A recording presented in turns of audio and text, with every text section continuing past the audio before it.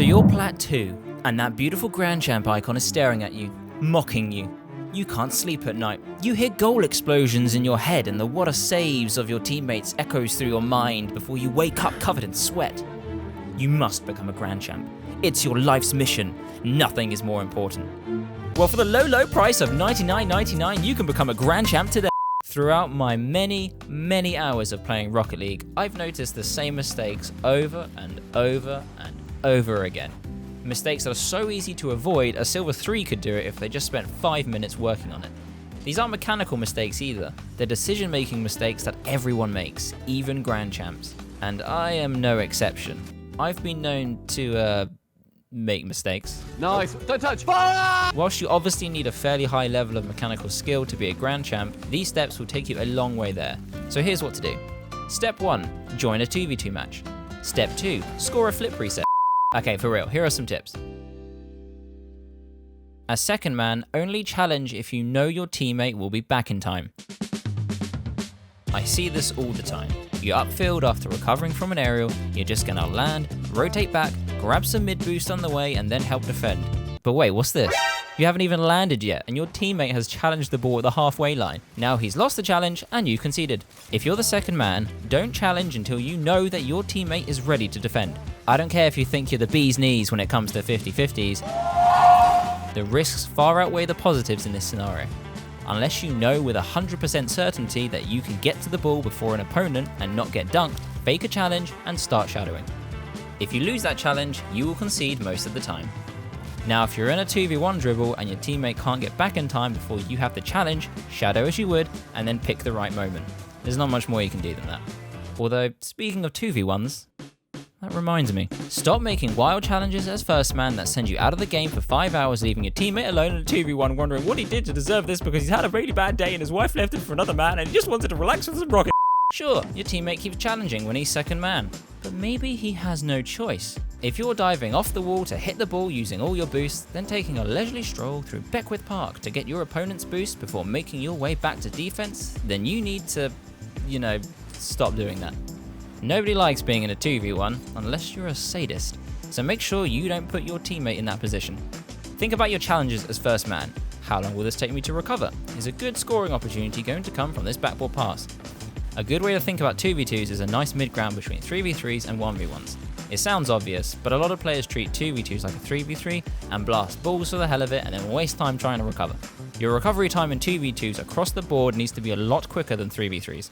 Check for opponents before passing. This is a 2v2, not a 1v1, so you have a teammate you've got to work with. For 5 solid minutes, you and your new partner have an unbreakable bond, a friendship formed through the ages. Together you will win this match and claim glory and honor for your clan. So stop passing to the prick. That's right, I'm telling you not to pass to your teammate. At least not so much anyway. So many goals are conceded because of an intercepted pass, or at least almost scored. God, I need to work on my accuracy. A passing play in a 2v2 is risky because if it doesn't go right, you have no one left to defend. So before making a pass, make sure your teammate is in the clear where there's no evil Fennec out there ready to intercept it and score in your empty net. A general rule of thumb is that if you're not sure your teammate is open, don't pass it. Go for the dribble and be selfish. And don't even think about making a pass to the middle when you can't even see who's there. Unless you like that danger, you sadist. Your opponent isn't as good as you think. Grand Champs, man. Look at them, double touching every aerial, doing musty flick double touches like it's a walk in the park. But guess what Grand Champs also do? This. And this.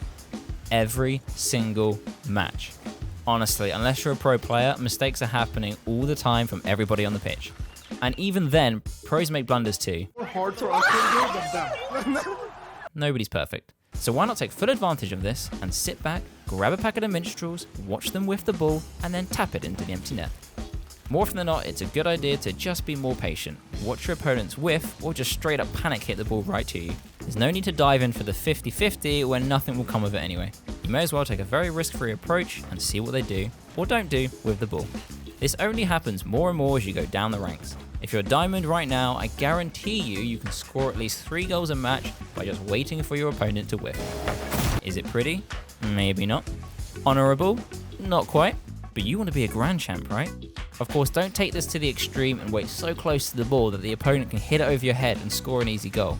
You want to make sure you're positioned in just a way that you can head back to defense and cover it if he shoots, but you're not jumping for anything.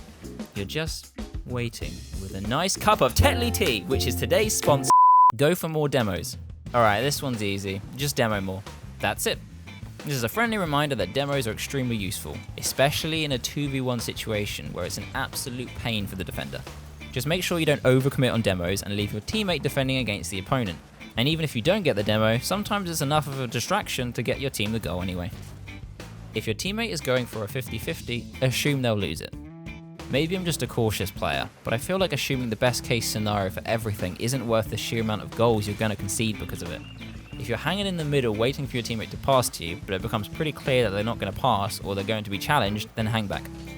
If they lose the 50 and it sails towards your net, then you have it covered. If it ends up towards your opponent's half, then the opponent's getting it before you anyway. And if it goes in the middle, well, you can either go for it or try to defend from that point. If you're a goal down with 10 seconds left, then sure, assume the best case scenario and hang in the middle, because you need a goal. But if you're ahead, play it smart. And that's it for this video. Let me know in the comments if these tips were useful for you, and subscribe if you want to see more. And don't forget, if someone offers you minstrels, don't take more than 3.